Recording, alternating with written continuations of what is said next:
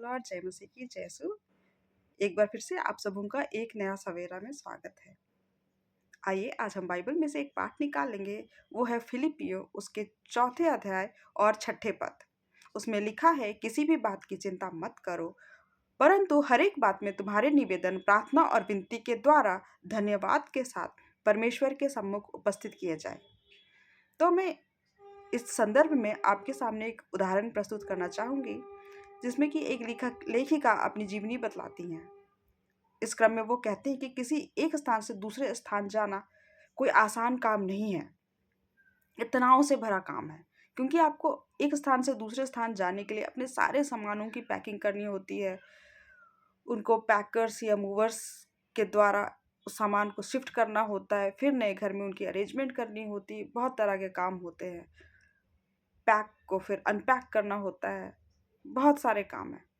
तो इसी संदर्भ में वो कहती हैं कि 8 सालों के बाद उनका कहीं और शिफ्ट होना था उन सबों को।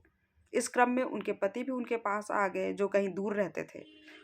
तो सामान और ज़्यादा हो गया और उनका परिवार भी बड़ा हो गया। एक बच्चा आने के बाद उनके पास और भी ज़िम्मेदारी बढ़ गई और भी सामान ज़्यादा हो गया।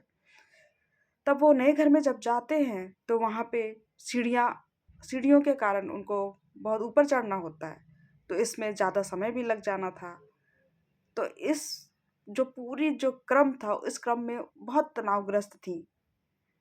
पर फिर वो कहते हैं कि दूसरी तरफ वो प्रार्थना भी कर रही थी और एक किताब भी लिख रही थी, जो कि आत्मिक किताब था, पवित्र शास्त्र के ऊपर ही था वो।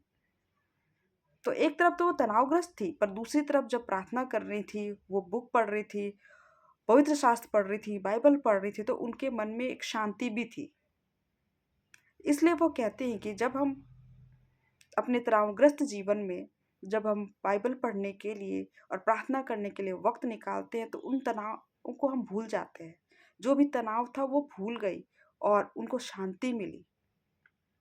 तो मेरे प्यारे भाई और बहनों, हम भी किसी बात की चिंता ना करें और प्रत्येक बातों के लिए ईश्वर से प्रार्थना करें, उनसे निवेदन करें, चिंता ना करें, अपने मन को केंद्रित करें उस तनाव से दूर। और वो तनाव से दूर हम कैसे रह सकते हैं?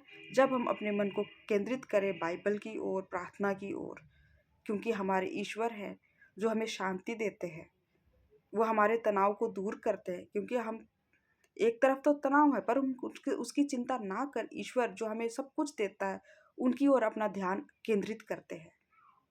इसलिए पवित्र बाइबल में सही लिखा है, किसी भी बात की चिंता मत करो, परंतु हर एक बातों में हमें ईश्वर को धन्यवाद देना है और निवेदन के साथ उनसे प्रार्थना करनी है। तभी हमारे मन में शांति आएगी, हमारे मन में आशा आएगी और हम अपने तनावग्रस्त जीवन में भी शांति को पाएंगे। एक आशा की उम्मीद हमारे अंदर जगेगी। इसलिए एक दूसरे के लिए हमेशा प्रार्थना करें और जितनी भी आप चिंताएं आपके अंदर है, उन सबको ईसा मसीह के ऊपर डाल दें। उनको हमारा ध्यान है, वो हमारी चिंता करते हैं, वो हमें हर एक चीज़ प्रदान करते हैं।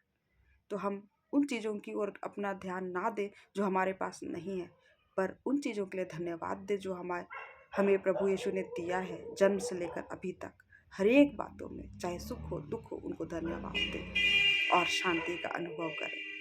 तो यही कहकर मैं आज का वचन अंत करना चाहूँगी। आप सबों को बहुत आज से आशीष मिले। आमीन।